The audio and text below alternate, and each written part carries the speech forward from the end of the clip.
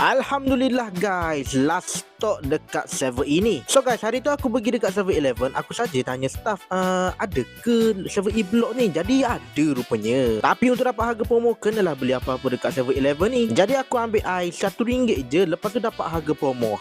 Yang ni besar juga kotak dia. Inilah dia server E flagship store yang upgrade selepas pasang. Overall sama saja dengan keluaran yang pertama, cumanya ada sedikit upgrade. Macam ni aku nak tunjukkan apa dia upgrade dia. Dalaman interior dia sama, cumanya yang ni ada lampu dan juga sound. Lampu dia tu boleh katakan terang juga. Sound dia pun boleh tahan kuat.